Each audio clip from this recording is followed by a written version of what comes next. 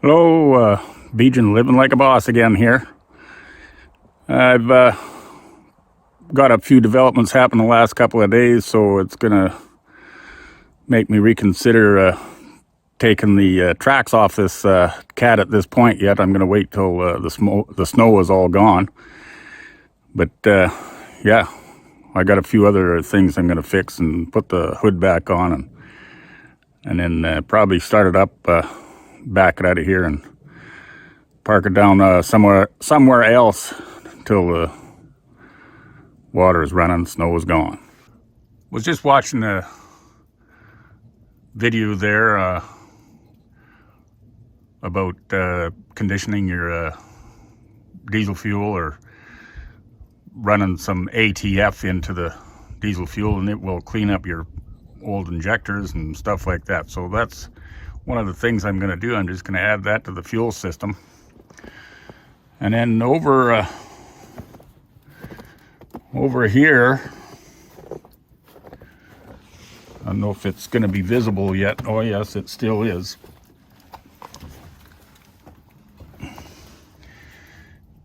There's that reddish frost buildup, and that's the gas line that goes from this tank over to the carburetor, which is underneath here. And it's kind of like a fabric-hobbled thing. It's got 2 or 3 different fuel lines. I don't know if you can see. Yeah, right there, going into the carburetor, brass fitting, steel line to a rubber hose, to another steel line, to another different rubber hose, and over into the tank. So I'm going to just take all that off and put some proper fittings in there, and a proper fuel hose with clamps. This is just sweating all the time and leaking. So that's one of the things we're going to do. And then after I get that fixed, I'm going to put the hood back on the old girl, and then we'll start her up again. Well, there's that gas line. A little bit of a treat there. Part of that is all my fault, this blue part, because when the cat was up on the above the mountains and above Slocan over there in the mountains, sleeping for a decade or so, trying to get the pony motor to start there, and of course kind of working with what you got in the toolbox, and that's what I had. So put all that together, and it's going to be replaced now. And then the shut-off valve, I think you can see there, is just got a steady drip to it all the time.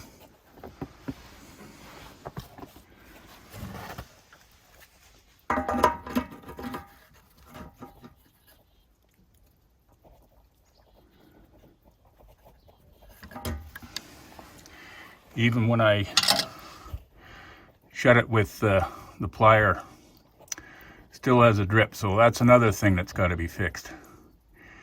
This particular valve is a 2-way valve. It positive open, positive shut, but it's obviously got something underneath the seat of the valve. Anyway, we'll fix that up and come back. There's that new fuel line put in. It's a clear line. At least I'll know if there's gas going to the carburetor. Goes all the way to that fitting down there on the carburetor. But I use the existing steel lines either on this valve or over at the carburetor, and clamped it on. I know it's a clear line, but it is actually gas line, so should work out. Yeah, we'll just put this ATF in there. I don't know if it's going to do any good. $20 of ATF fluid. I don't know which is more expensive, the diesel fuel or the ATF. But anyway, I guess it'd be double the price as two something a liter. These are $10 a bottle. Well, it's like 4 times the price, I guess. But hopefully it'll clean up my injectors, maybe less smoky or easier to start or something. So it should be some sort of improvement.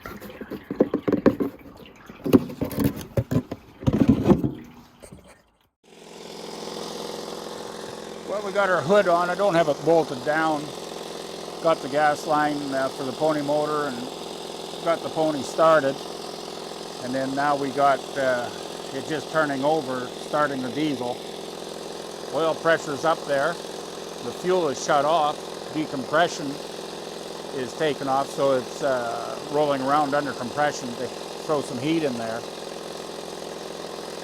I, for the longest time, thought that if I had a little fuel going in there, that would help the thing to warm up a little bit, but after talking to a few guys, know all you're doing is cooling off your compression with the cold fuel. It doesn't really ignite, it just creates smoke. It's not firing, otherwise it'd start running, which I have to admit that would be true. So it's basically cooling things off. So I'm just, no fuel, let her warm up, turning it over for 10 or 15 minutes maybe, and then open the fuel. We'll see what happens. So far, I think we've only got it rolling over for 8 minutes, so not even 10 minutes.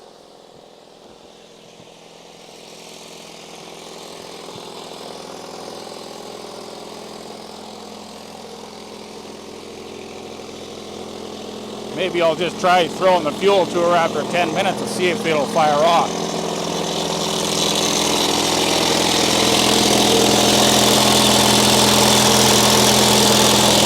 Block and everything is still cool to the touch.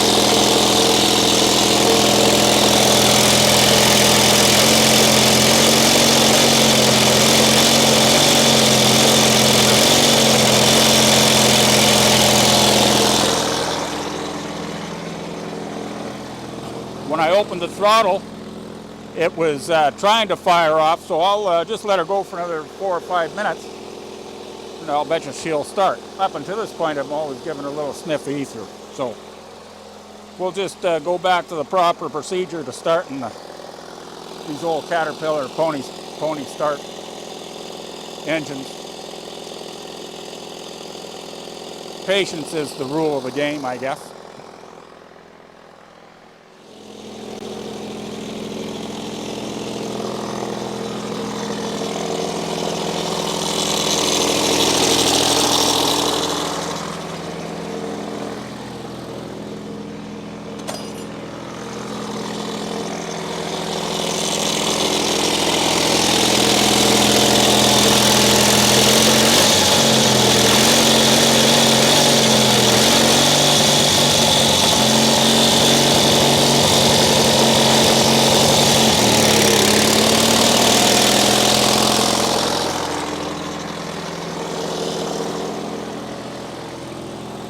I put the fuel to it again, and it fired a lot harder, enough to kick the pinion out of the pony motor, so I had to re-engage it. So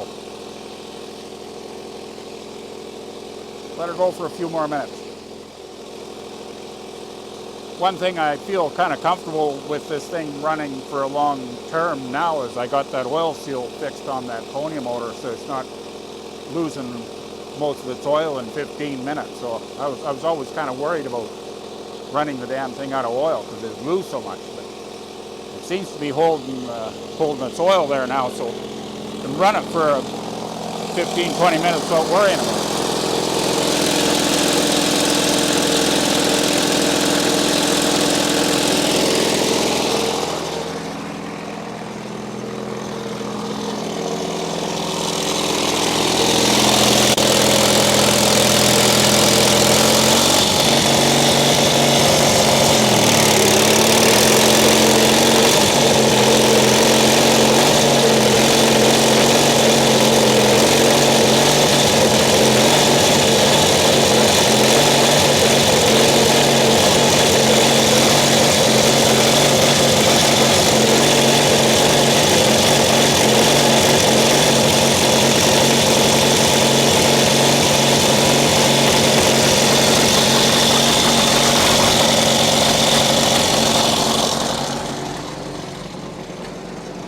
Well, that was it. She started up with no ether, so that's a good thing, but I'm not too sure about my coolant circulation between the pony motor and the big engine.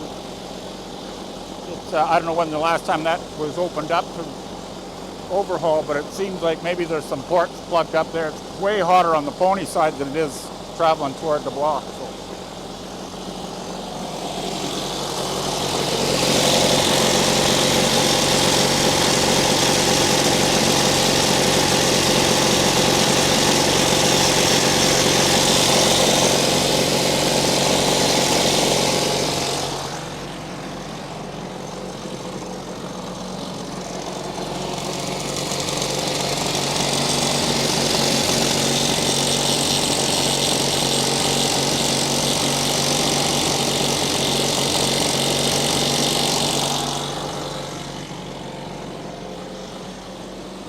Okay, we'll just let her, that pony should shut down. I shut the gas off.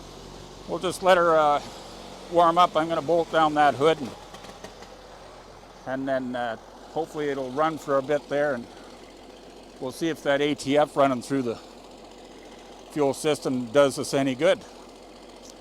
All right, we'll catch up to you again later.